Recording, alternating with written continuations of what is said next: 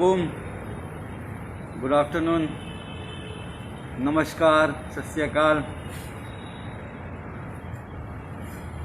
मथुरा की नगरी के राधे राधे। 8 महीने का टॉर्चर।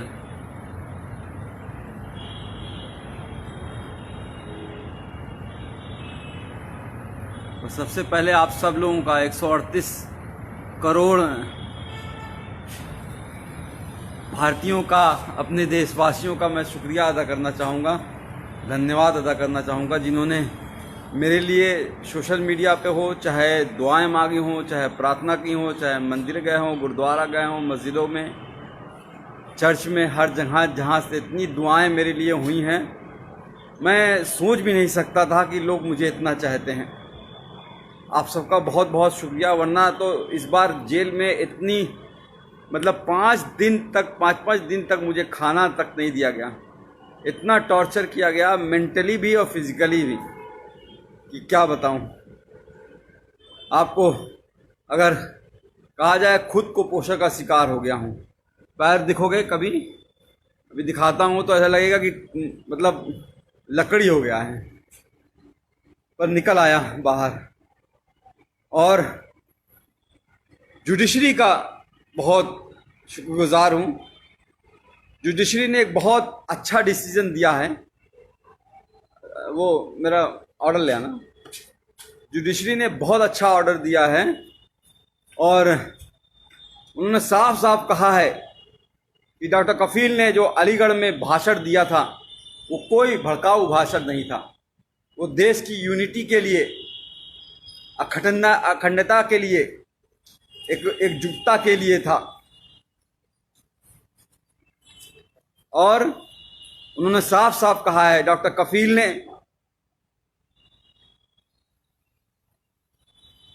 हेल्थ पे बात की है, एम्प्लॉयमेंट पे बात की है, एजुकेशन पे बात की है, रोटी कपड़ा मकान पे बात की है।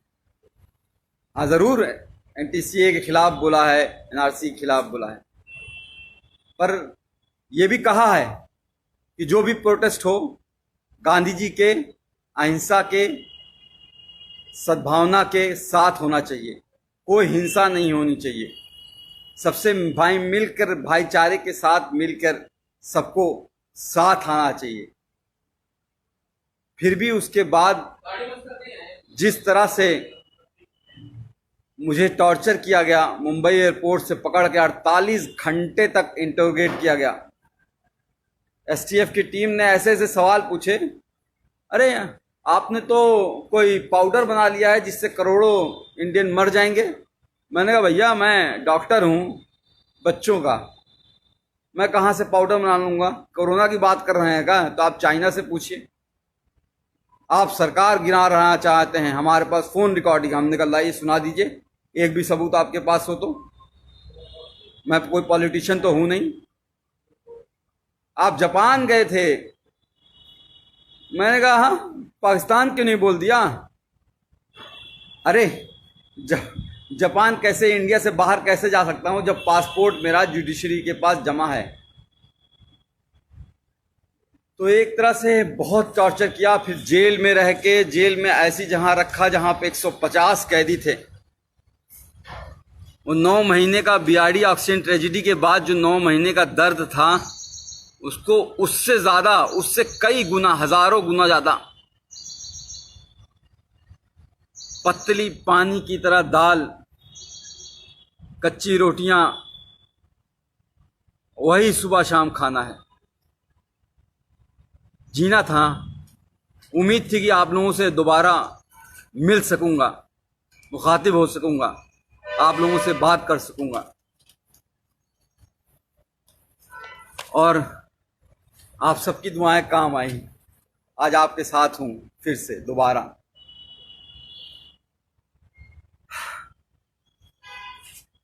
हाँ आसिफ भाई, तनवीर भाई, अस्सलाम वालेकुम।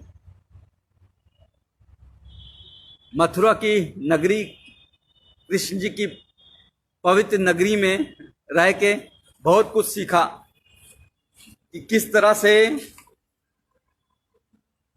भगवान कृष्ण ने कहा है कि कभी भी किसी को धोखा नहीं देना, अपना दिल साफ रखना, यही धर्म होता है। और हम लोग रामायण देखते थे 9 बजे से 10 बजे तक, हर रोज आता था, लॉकडाउन के टाइम भी। तो उसमें भी जो उत्तर रामायण में महर्षि वाल्मीकि जी ने श्री रामचंद्र जी को जब एक बात कही थी, जब उन्होंने धनुष उठा लिया श्री लव कुश के खिलाफ ही, तो उन्होंने कहा था कि राजा का धर्म राजधर्म होता है, राजहट नहीं। पर यहां तो राजा मेरा बाल हट पे आ गया। बच्चों की जान बचाने की कितनी बड़ी सजा दोगे भाई? क्या बच्चों को जान बचाना इतना बड़ा गुनाह हो गया था? सारे लोग फोन कर रहे हैं, फोन नहीं कीजिए कोई भाई, मैं कुछ देर बात कर लूँ, बहुत दिनों बाद, 8 महीने बाद आपसे। राकेश चौधरी साहब शुक्रिया, वैभव पाठक थैंक यू यार, थैंक यू। इरफान खान साहब वालेकुम, आई लव यू टू। तो मैं ये कह रहा था कि महर्षि वाल्मीकि जी ने श्री रामचंद्र जी से कहा कि बाल हट मत करो।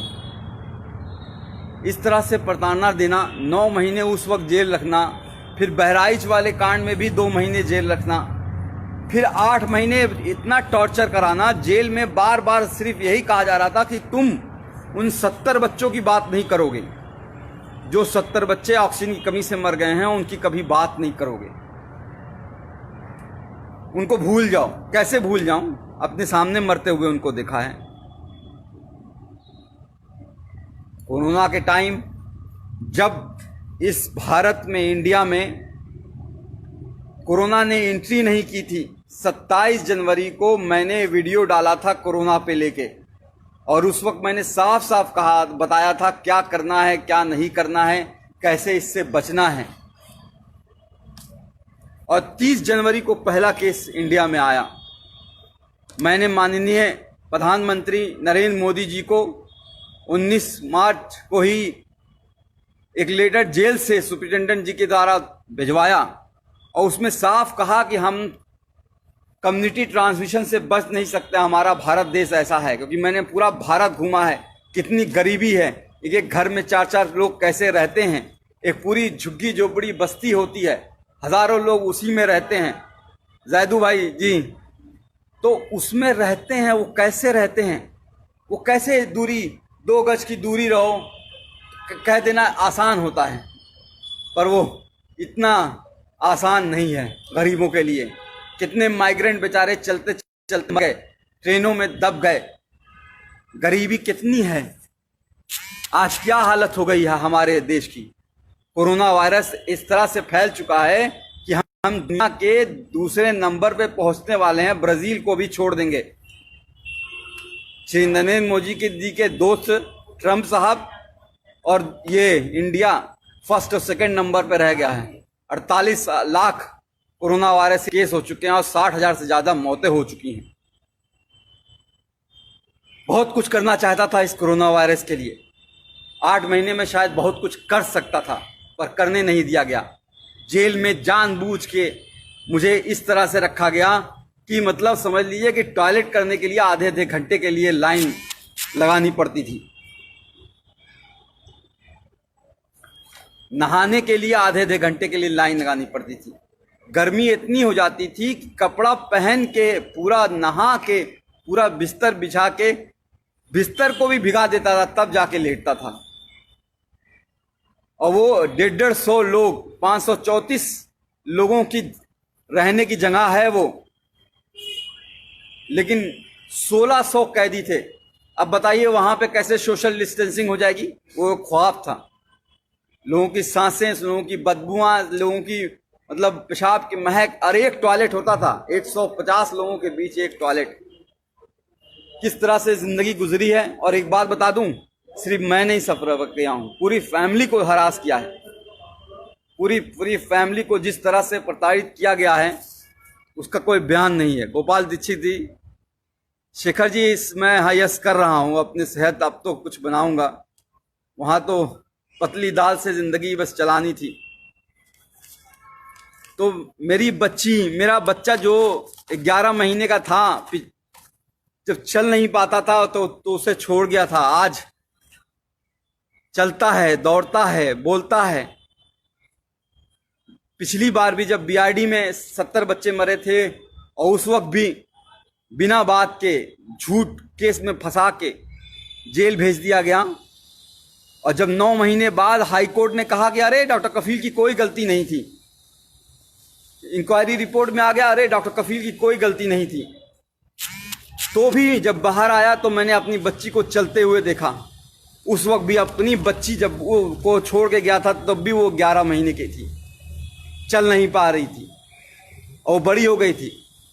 आज मेरे दोनों ही बच्चे, मेरे ही दोनों बच्चे, मैं खुद अपना बाप होके, मैंने दोनों बच्चे, मुझे बाप पापा का मतलब नहीं समझते हैं, अब्बू जान का मतलब नहीं समझ पाते हैं, पिताजी का मतलब नहीं समझ पाते हैं।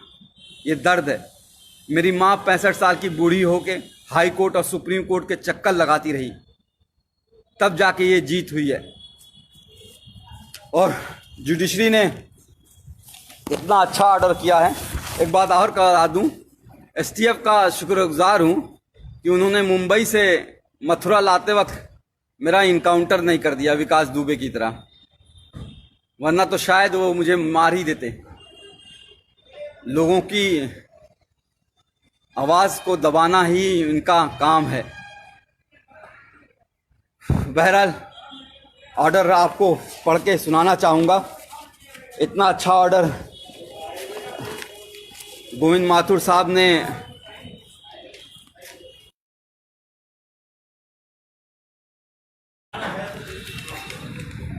किया है। सुप्रीम कोर्ट का भी धन्यवाद करूंगा, वरना तो हाई कोर्ट में डेट पे डेट हर 14 दिन पे कैसे एक एक दिन कटेगा, एक एक घंटे कटेगा, ये सोचता था। कैसे वो टाइम आएगा जब वो मैं बाहर निकल पाऊंगा, कब मेरी जज मेरी कोई बात सुनेगा। इसलिए हम लोग सुप्रीम कोर्ट, मेरी माँ 65 साल की बूढ़ी माँ सुप्रीम कोर्ट गई, और मैं सुप्रीम कोर्ट का शुक्रगुजार हूँ जो उसने कहा कि 15 दिन में फैसला सुनाओ। और मैं चीफ जस्टिस गोविंद माथुर जी का हाथ जोड़ के शुक्रगुजार हूँ जो इन्होंने इतना अच्छा ऑर्डर दिया 15 दिन के अंदर ही, जिसमें साफ साफ लिखा है कि एमबीबीएस करने के बाद 2016 में मैंने ज्वाइन किया था, 2017 में घटना हुई थी। 1 साल का जूनियर था मैं, जूनियर मोस्ट डॉक्टर, और फिर भी उन बच्चों को बचाने के लिए जी जान लगा दी, और उसके बावजूद उनको जेल भेज दिया गया। और ये नहीं, इसके अलावा नहीं, The petitioner and his other family member, including the detainee, were continuously harassed and victimized by the state authorities, including the district administration Gorakhpur, by several means. मेरे यानी कि मुझे ही नहीं, पूरी फैमिली को सरकार ने बुरी तरह से तोड़ना चाहा। मेरे भाई पे गोली मारी गई थी, आपको याद होगा शायद, वहाँ पे जहाँ पे चीफ मिनिस्टर खुद मौजूद रहते हैं, 500 मीटर दूरी पर। आज 3 साल होने जा रहे हैं उस बात को, एक भी कोई गिरफ्तारी नहीं हुई और कोई चार्ज नहीं हुआ है। बहरहाल आते हैं हम एएमयू के जो लोग कहते हैं कि भाषण मैंने गलत दिया था, उसके बारे में कहते हैं कि मैंने भड़काऊ भाषण दिया था। कहते हैं कि मैंने 2 धर्मों के बीच, 2 रिलीजन के बीच एनमिटी, हेट्रेड, वायलेंस फैलाने की कोशिश की। पूरी स्पीच लिखी है उन्होंने, पूरी speech, the version of the speech, पूरी स्पीच लिखी है, एक एक लाइन लिखी है कि जो मैंने बोला है। और उसमें उन्होंने कहा है कि मैंने ऐसा कोई बात नहीं की थी जो कि किसी भी धर्म के बीच में नफरत फैलाए। मैंने बात की थी देश की अखंडता की, यूनिटी की, सद्भावना की। मैंने बात की थी एजुकेशन की, हेल्थ की, एम्प्लॉयमेंट की, इकोनॉमी की, रोड की, हाउसिंग की। मैंने बात की थी उन 70 बच्चों की जो बीआरडी में मर गए हैं। मैंने बात की नहीं उन 8 लाख बच्चों की जो इंडिया में मर गए थे उस साल। मैंने बात की थी कि हमारे 50% बच्चे कैसे कुपोषण का शिकार हैं। मैंने बात की थी कि इंडिया कैसे एड्स और HIV का हब बनता जा रहा है। मैंने बात की थी कि 72% ऑफ पॉपुलेशन हमारी अभी भी हेल्थ स्ट्रक्चर वहाँ पे है ही नहीं। आज हालत दिखाई दे रही है ना। आज कह रहे हैं हम इतना जीडीपी खर्चा करेंगे, 1% जीडीपी खर्चा होता था। एक गरीब को इलाज नहीं मिलता है और मर जाता है तो बेचारे कंधे पे लाद के लेके चले जाते हैं। उसके लिए लड़ रहा था, कैंप किया, पूरा इंडिया घूमा, 103 कैंप किए, 50,000 बच्चों को देखे, मुफ्त में दवाइयाँ दी। अकेले नहीं किया, बहुत से डॉक्टर्स, बहुत से लोग मेरे साथ शामिल थे, बहुत लोगों ने साथ दिया। पर हुआ क्या, उसको भी दबा दिया गया। इस कोरोना टाइम के मैं जब रियली काम कर सकता था, शायद कोई नई दवा खोज सकता था कोरोना के खिलाफ, शायद कोई नई वैक्सीन खोज सकता था, टीका खोज सकता था, उस वक्त जेल में डाला। बहरहाल बाहर आ गया हूँ, कोशिश करूँगा और फिर से मुख्यमंत्री योगी आदित्यनाथ जी से निवेदन करूँगा कि मुझे नौकरी पे वापस ले लें। 3 साल से सस्पेंड किए हुए हैं। कैसे ज़िंदगी चल रही है, कैसे फाइनेंशियल कंडीशन है, आपको बता नहीं सकता। सुप्रीम कोर्ट और हाई कोर्ट की फीस कैसे भरी गई है, बता नहीं सकता।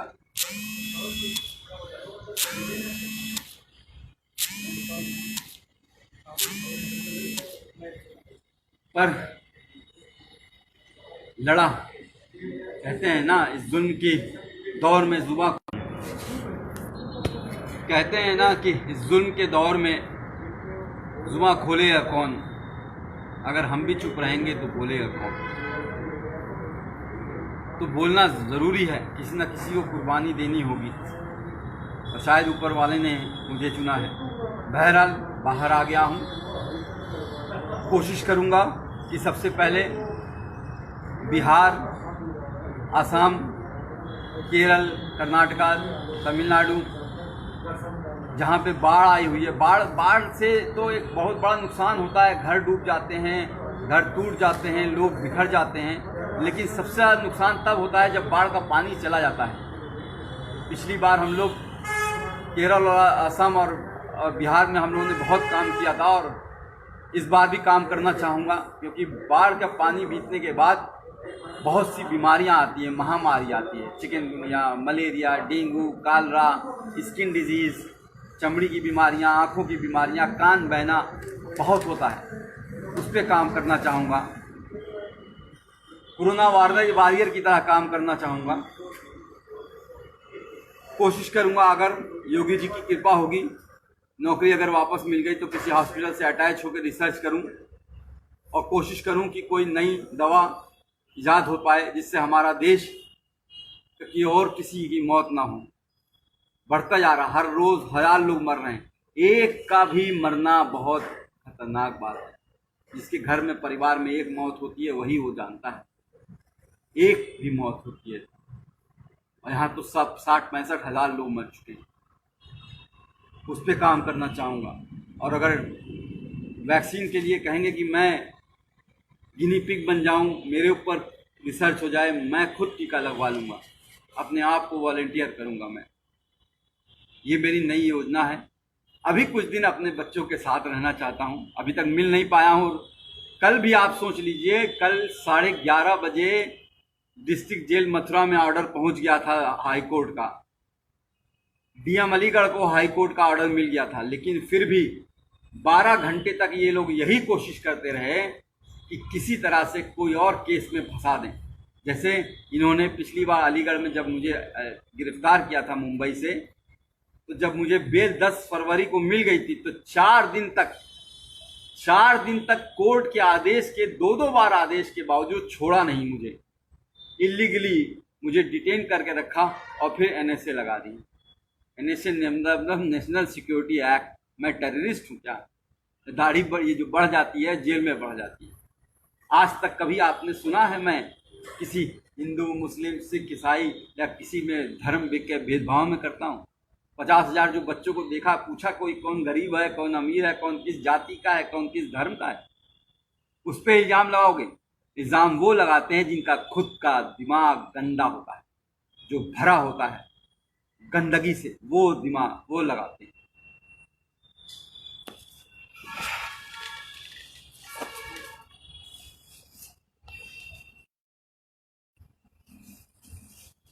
अभी यूपी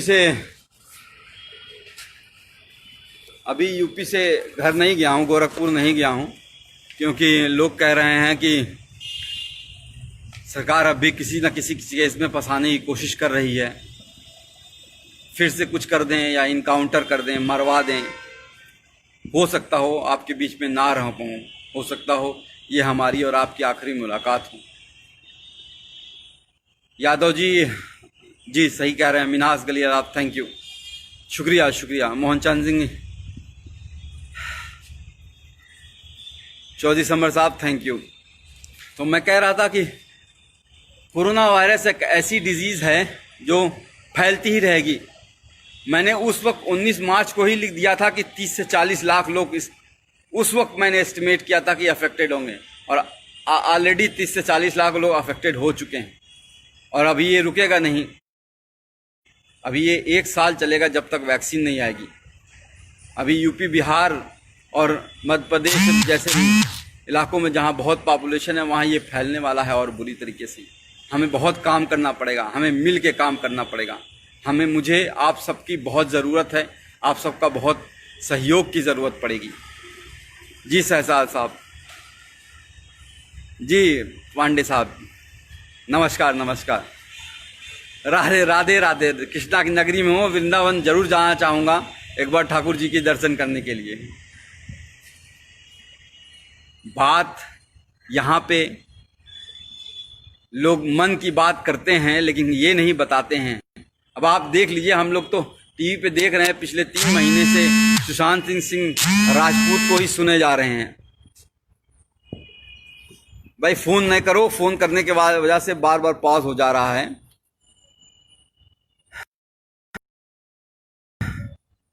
सुशांत सिंह राजपूत की 3 महीने से लगातार टीवी पे बात किए जा रहे हैं, मन की बात, लेकिन कोई ये नहीं बात कर रहा है कि हमारा जीडीपी परसों जीडीपी शायद रिलीज हुआ है, और हमारा जीडीपी जो है, भाई फोन नहीं करो, मैं कह रहा हूं। पर ईश्वर चंद साहब, कोई फोन ना कीजिए प्लीज। कुछ बहुत दिनों बाद आप लोगों से मिला हूं, आप लोगों के चेहरे दिखाई दे रहे हैं मुझे। शमसुल मलिक साहब, नूर खान, रेहान खान साहब, आदित्य राज साहब, आफ्ताब, तो आप सबसे बात करना चाहूँगा, फ़ोन ना करें। तो मैं कह रहा था कि जो मेन बातें हैं टीवी पे डिबेट जो होती है वो नहीं हो रही है। शायद कुछ टीवी, एनडीटीवी है, या आपका मिरर नाउ है, टाइम्स नाउ है, या फिर इंडिया टुडे है, इस सब पे हो रही होगी। पर जो यहाँ पे बातें हो रही हैं वो ये नहीं हो रही हैं किस तरह से माइग्रेंट, हमारे करोड़ों लोग किस तरह से पैदल चले और चलते चलते मर गए, उस धूप में, कड़ी धूप में मर गए। ये बात नहीं हो रही है कि अनएम्प्लॉयमेंट कितना बढ़ गया है, लोगों को नौकरियां नहीं है, लोगों को खाने को नहीं है। 500 रुपया आपके अकाउंट में डाल दिया गया है, अब आपको 3 महीने तक 500 रुपया चलाइए। 5 किलो चावल दे दिया गया है, आप पूरी 8 लोगों की फैमिली है, खाते रहिए 3-6 महीने तक।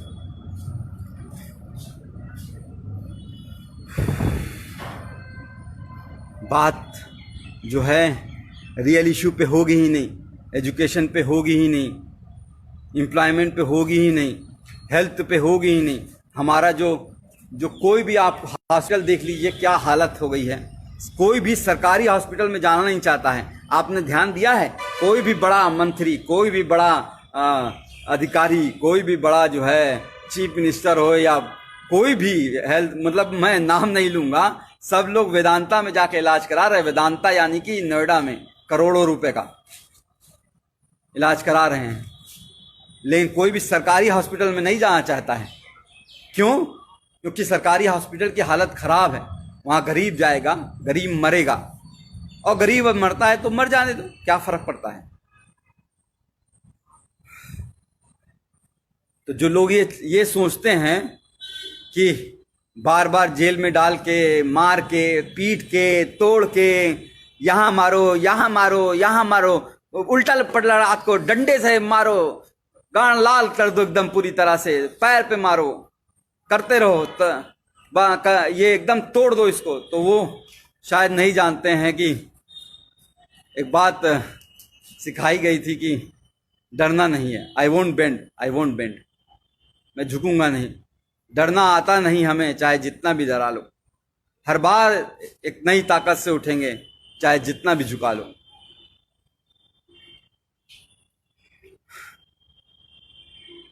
कहते हैं ना कि लोग हमें दुश्मने जान कहते हैं। अरे हम इस मुल्क की मिट्टी को भी अपनी माँ कहते हैं। उसको तुम जो है उस पे एनएसए लगा देते हो हैं? कोर्ट ने कहा है कि जो कुछ है यह अवैध एनएसए लगा है, सारा अवैध लगा है। देखो कि क्या हालत बनाई है। भट्टी साहब आप बोल रहे हो तो देखो क्या हालत बना दी है। मैं कुपोषण के लिए वो कर रहा था, ये देखो ये टांगे हैं मेरी, ये हाथ है। खाना जो है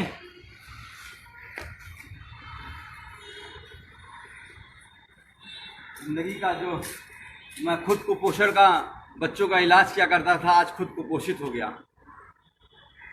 घर वालों को किस तरह से परेशान किया गया है वो बता नहीं सकता।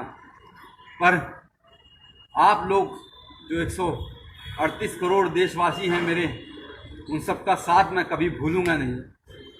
खासकर कुछ लोगों का जो लोग बहुत करीब थे, इंदिरा जयसिंह मैम, फुज़ैल अयूबी, इबाद साहब, मनोज पांडे, मनीष सिंह, एडवोकेट मनीष सिंह, दिलीप कुमार साहब, नजरुल इस्लाम साहब, और ऐसे बहुत से लोग हैं, बहुत से लोग। मीनाक्षी शुक्ला मैम, इरफान गाजी, हाँ अलीगढ़ के इरफान गाजी साहब, बहुत से लोग हैं। सबका नाम तो नहीं ले सकता मैं, बहुत से लोग हैं, 138 करोड़ लोग हैं, सबने बहुत मदद की है। सबका बहुत बहुत शुक्रिया। जल्दी बिहार आ रहा हूँ और जल्दी हम डॉक्टर कफील खान मिशन इस्माइल फाउंडेशन के तहत कैंप लगाएंगे। और इस बार एक बड़ी टीम बना के एक साथ कई जगह पे, असम, बिहार, तमिलनाडु, कर्नाटका, केरल, आंध्र प्रदेश, जहाँ पे, मध्य प्रदेश, जहाँ पे बाढ़ ने, पश्चिम बंगाल जहाँ पे तूफान आया हुआ है, अभी भी लोगों को घरों पे टूटे हुए पड़े हैं, हर जगह पे जाना चाहूँगा, पूरा देश जाना चाहूँगा। पूर्वांचल अपना, गोरखपुर अपना, उत्तर प्रदेश, हर जगह जाना चाहूँगा। पूरा भारत में टीम बना के हम इस बार एक बड़े लेवल पे कैंप करेंगे और इसमें आप सबका बहुत सहयोग चाहिए। मयंक वर्मा साहब, आप कुछ लोगों से बातें कर लेता हूँ। मयंक वर्मा साहब सही कह रहे हैं, दाढ़ी कल काट दूंगा। बच्चों का इंतज़ार कर रहा हूँ, बच्चे आ जाएं, एक बार उनसे मिल लूँ, उसके बाद मेरी गोटी वापस आ जाएगी। अवनीश चौरा साहब, जी हाँ, बहुत मारा, फिजिकली और मेंटली बहुत टॉर्चर किया। फिजिकल में जो टॉर्चर होता है वो इस तरह से होता है कि शायद जख्म थोड़े भर जाते हैं, पर जो मेंटल टॉर्चर होता है वो बहुत दिनों तक रहता है, दिमाग खराब हो जाता है। इन 8 महीनों में देखिए किस तरह से झुर्रियाँ आ गई हैं, किस तरह से काले पड़ गया हूँ, किस तरह से जो है 10 साल बूढ़ा कर दिया है। जुबैर पीके साहब, बोलना ज़रूरी है। बोलेंगे नहीं तो कहते हैं कि बोलेंगे नहीं तो किसी को तो बोलना पड़ेगा, सब तो चुप हैं, किसी को तो बोलना पड़ेगा। जैदू साहब, आपने वहाँ से बैठ के, हाँ, इंडिया से बाहर गल्फ कंट्रीज़ में, यूएस से, यूके से, कनाडा से, स्विट्ज़रलैंड से बहुत से खत मेरे पास आया करते थे वहाँ पे जेल में। उन सबको बहुत बहुत शुक्रिया है। शेर खान साहब, सत्य की जीत होती है, सत्यमेव जयते। हमें अपने कॉन्स्टिट्यूशन में, बाबा साहब अम्बेडकर के कॉन्स्टिट्यूशन में बिलीव करना है और उसी की वजह से मैं बाहर आया हूँ। कुछ लोगों ने सरकारी एजेंसियों को जिस तरह से अपने कब्जे में करके लोगों को प्रताड़ित करते हैं वो सही नहीं है। ऑटोक्रेटिक, ये हमारा देश डेमोक्रेटिक है, तो डेमोक्रेटिक कंट्री है, तो डेमोक्रेटिक कंट्री में आपको फ्रीडम ऑफ स्पीच एक आर्टिकल 21 में दी गई है, लिबर्टी, स्वतंत्रता, समझ गए? तो बोलना ज़रूरी पड़ेगा। हम नहीं बोलेंगे, कुर्बानी देनी होगी, किसी ना किसी को कुर्बानी देनी होगी। तुर्तमस शिरोम कुमार साहब, यस थैंक यू। शाइना मुजरबिया, सिद्धांशु कुमार, हाँ कुछ दिन एक्सरसाइज करूँगा और हेल्थ बनाऊँगा, क्योंकि ज़िंदा रहना है, आप लोगों के बीच रहना है और काम करते रहना है, तो हेल्थ पे भी ध्यान दूंगा। डेरिक गुजर, थैंक यू। या ज़रूर मैं करूँगा, हाँ थैंक यू। सुभान जमाल साहब, Mohammed Kalapatti from Dubai, all the best, thank you. मैंने कहा ना, गल्फ़ कंट्री से बहुत प्यार आया, बहुत मिला है। केरल के लोगों ने बहुत सहयोग किया हुआ है, पूरा साउथ ने, पूरा नॉर्थ ने, पूरा सेंट्रल ने, बिहार के लोगों ने जिस तरह से आंदोलन चलाया, पश्चिम बंगाल में जिस तरह से आंदोलन चला, आसाम में जिस तरह से आंदोलन चला, अब अभी हमारे कई भाई अभी बहुत जेल में हैं, उनके लिए हमें आवाज़ उठानी पड़ेगी। मैं बच्चों के साथ नहीं हूँ, चूँकि कल रात में पुलिस की घेराबंदी हो रही थी और कुछ और बातें हो रही थी जिसको हम डिस्कस नहीं कर सकते हैं, तो इस वजह से अभी बच्चे मेरे पास पहुँचे नहीं हैं। मैं अभी अपने बच्चों को देख नहीं पाया हूँ, आंखें तरस रही हैं, गले मिलना चाहता हूँ अपने बच्चों के साथ, अपनी माँ की गोद में लेट के रोना चाहता हूँ, सीरियसली रोना चाहता हूँ। तब जिस तरह से जिंदगी कर दी है, अपने ही बच्चों को से दूर कर दिया है, एक बार उनसे मिलना चाहता हूँ, एक बार माँ की गोद में लेट के सोना चाहता हूँ, सुकून की नींद सोना चाहता हूँ। यार पता है जेल में क्या होता था, हर 2 घंटे पे पहरा लगता था। हाँ साहब, भी 146 कैदी नसर नमहबंदी सकुशल हैं, 6 बजे सुबह, 5 बजे सुबह लाइन लगाओ, परेड लगाओ। 8 महीने तो मैंने अभी 4 पन्ने के लेटर में शायद लिखी है, आप लोग को शायद मिलना होगा। चंद मित्रा साहब, थैंक यू। मुदस्सी साहब, बुशरा, दीपक जादव, अमजद, पंडित जी, तैयब खान, रोहित, शुभम, जयप्रकाश चाचा, ब्रिजेश सिंह की बड़ी याद आई जो गोरखपुर में थे, योगेश सिंह जी, सब आप लोग का, सब लोग का बहुत बहुत धन्यवाद है। कुछ और पूछना चाहेंगे कि फिर मिलेंगे? बहुत बहुत शुक्रिया आप सबका। आजम खां, आपको भी फूल, गुलाब का फूल। आप एक बात लास्ट में बस यही कहना चाहूँगा कि आप सबकी वजह से ही, आप सबकी, मेरी फैमिली तो दौड़ी ही, मेरी माँ, बूढ़ी माँ, लोअर कोर्ट से लेके, मतलब अलीगढ़ कोर्ट से लेके इलाहाबाद कोर्ट और फिर दिल्ली, इस कोरोना वायरस के टाइम में 65 साल की उम्र में घूम रही थी, एक वकील के पास से दूसरे वकील के पास, पैर पकड़ के रो रही थी कि किस तरह से मैं बाहर आ जाऊं। तो उनका तो है ही योगदान, भाई बहनों का तो योगदान है ही, आप सबका ही बहुत बहुत योगदान है। आप सबके बिना शायद, जो ट्विटर में मैंने सुना 12 लाख लोग एक बात हो गए। ट्विटर अकाउंट मेरा बैन किया हुआ है, डॉक्टर DRKFEEL खान करके है, उसको बैन किया हुआ, उसके लिए आवाज़ आपको उठानी पड़ेगी। ट्विटर अकाउंट क्यों बैन किया है, ऐसा क्या कर दिया था? अब तो हाई कोर्ट का ऑर्डर आ गया जिसमें बार साफ साफ कहा गया है कि जी सन्नी प्रजाति से कि ये इलीगल था। Justice prevail, yes. Amit Sohail साहब, मोहम्मद गयूर कहिशी, दिनेश कुमार यादव जी, कुछ दिन अपने परिवार के साथ रहिएगा, मीडिया से दूर रहूँगा। जी जी जी जी जी, ज़रूर ज़रूर। राकेश चौधरी साहब, thank you. Adil, thank you. आप सबका बहुत बहुत शुक्रिया। बस अपनी फैमिली का इंतज़ार कर रहा हूँ, शायद कुछ घंटों में उनसे मिलूँगा और कुछ दिनों में ही आपके सामने नए जोश के साथ फिर से सामने आऊँगा आपके साथ।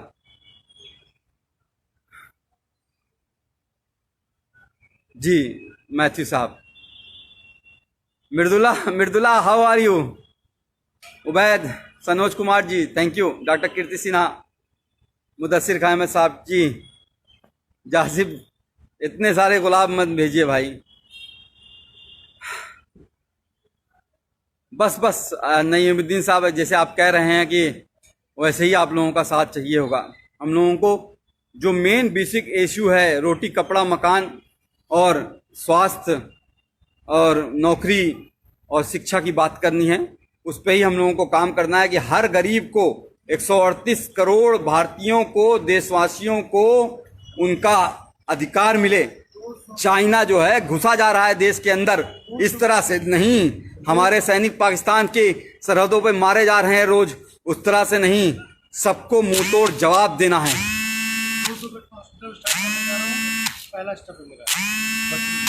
पिछली बार मैंने जो है इंकेफ्लाइटिस बेड का एक हॉस्पिटल, 500 बेड का इंकेफ्लाइटिस बेड का स्टार्ट करने वाला था उस वक्त डॉक्टर कफील खान मिशन इस्माइल फाउंडेशन के हिसाब, उससे फिर से कोशिश करूंगा स्टार्ट करूं।